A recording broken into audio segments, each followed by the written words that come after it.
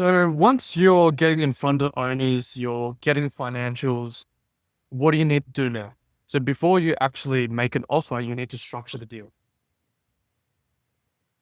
How do you structure the deal? Determine valuation. So usually based on EBITDA and industry multiple.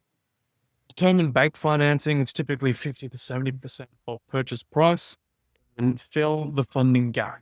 So utilizing seller or vendor financing, investor equity, and earnouts. For a business with 250K EBITDA, it's 4 times multiple, which is very average. The $1 million purchase price might include, so $1 million, so $250,000 times 4, which is like $1 million. That $1 million purchase price, it might include $600,000 in bank financing, $400,000 gap to be filled through a creative deal structure. So typically across the board, doesn't matter where you are, banks aren't going to give you 100% of the money, especially if you have no money. You're not going to put a guarantee, and you're not going to put up any real estate or property to secure the loan. They're not going to give you 100%. So you need to get creative with how you're going to fill the rest of that. How are you going to fill that remaining gap of equity? Another way to structure a deal, which I don't think we've included here. So vendor financing.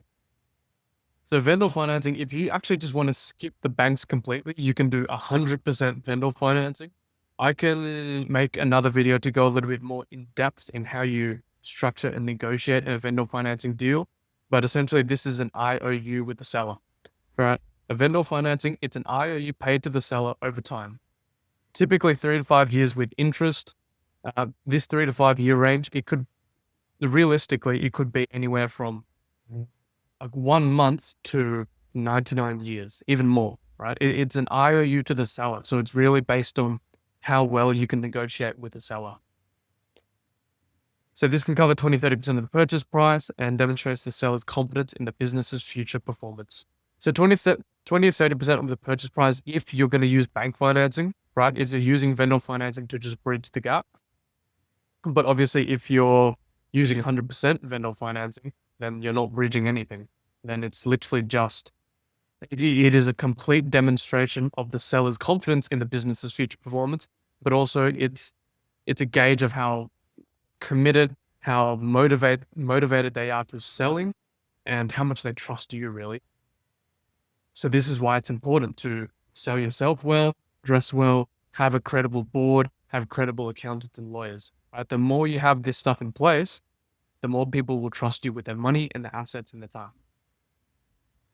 Other tools to fund the gap: investor equity, vendor rollover. Investor equity is literally just people providing cash. They get a slice of the pie. And vendor rollover is the seller retaining partial ownership and benefits from future growth. So for example, back with that 60-40, that $1 million. So $600, $600,000, the bank will give you. The $400,000, the seller can roll over their equity into your company, right? So you can set up a new company where you own 60%, they own 40%, and that can bridge the equity gap for the banks.